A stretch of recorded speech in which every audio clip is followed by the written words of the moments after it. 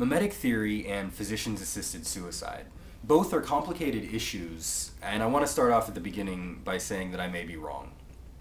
This is why I want to open the conversation up with you, so that we can learn from each other, so that I can learn from you. So let me try to get this started.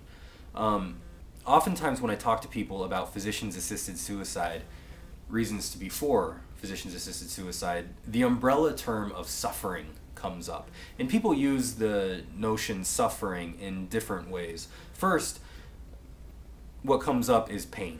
I don't want to have to go through pain, and I don't want others to have to go through pain. And I get where this comes from. I think it comes out of a place of compassion.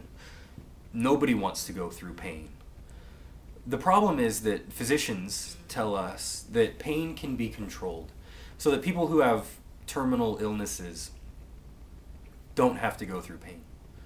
We can make it so that there is little to no pain. Modern medicine can do this. So pain, while it is an issue, if we couldn't control it, it would be much more of an issue. So it's not the primary concern or the primary reason to be for physicians-assisted suicide. The second issue under the umbrella of suffering is burden. People will say, I don't want to be a financial burden on others. I don't want to be a social or an emotional burden on the people who feel like they have to come and visit me. And I think that this comes out of a place of trying to be considerate towards others. And I appreciate that. The problem comes, though, if you follow the argument, if I don't want to be a burden on others because I'm being considerate, then others should not want to be a burden on me because they should be just as considerate as I am. And here's where mimetic theory comes into play. Mimetic theory states that humans are imitative creatures. We learn through imitating one another. It's this non-conscious imitation. We learn through thought processes. And culture helps us to learn this through imitation as well. We imitate what's going on in our culture.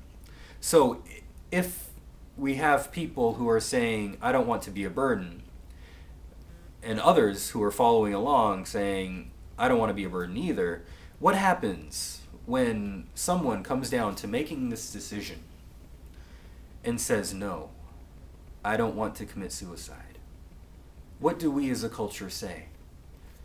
Do we say, come on, why are you wanting to be a burden on us? You're being a financial, a social, and an emotional burden on us. Why do you want to do this? It just doesn't feel comfortable with committing suicide. This concerns me, for the same reason that the dignity argument concerns me as well. People will say, well, it's undignified for somebody to have to be in the hospital, for somebody to have to go through these treatments and these surgeries when they're just going to die anyway. Why put them through all of this? Let's just have them commit physicians-assisted suicide and they won't have to go through that indignity. My question, though, is where does dignity come from? How does somebody feel dignified? I think that it comes from people saying, I will be with you no matter what. I will come and visit you no matter what. I think it comes from an idea of saying, we will not treat you as a problem.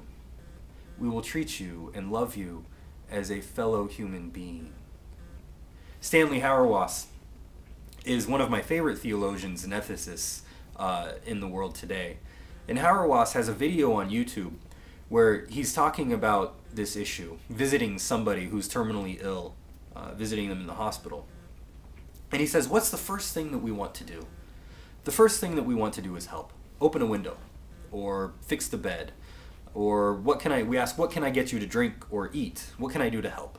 And after we've done this, what's the second thing that we want to do? We want to get out.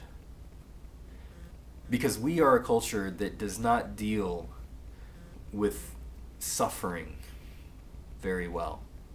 We are a culture, I think, that glorifies success, and we associate being in a hospital with failure. My problem with the dignity issue and the burden issue is that I think that we are projecting this indignity and this burden upon people who are terminally ill. I think that the most dignified thing that we can do is to love, is to be present. Harawa says that one of the most difficult things that we can do for people who are in the hospital is simply to be present. This is the most difficult thing, but it's also the most important thing, is simply to be present. Maybe the most important thing is not to get rid of the problem, but to love the human being. Those are my thoughts on physicians-assisted suicide. I may be wrong, but I would love to hear your thoughts, so let me know. Thanks.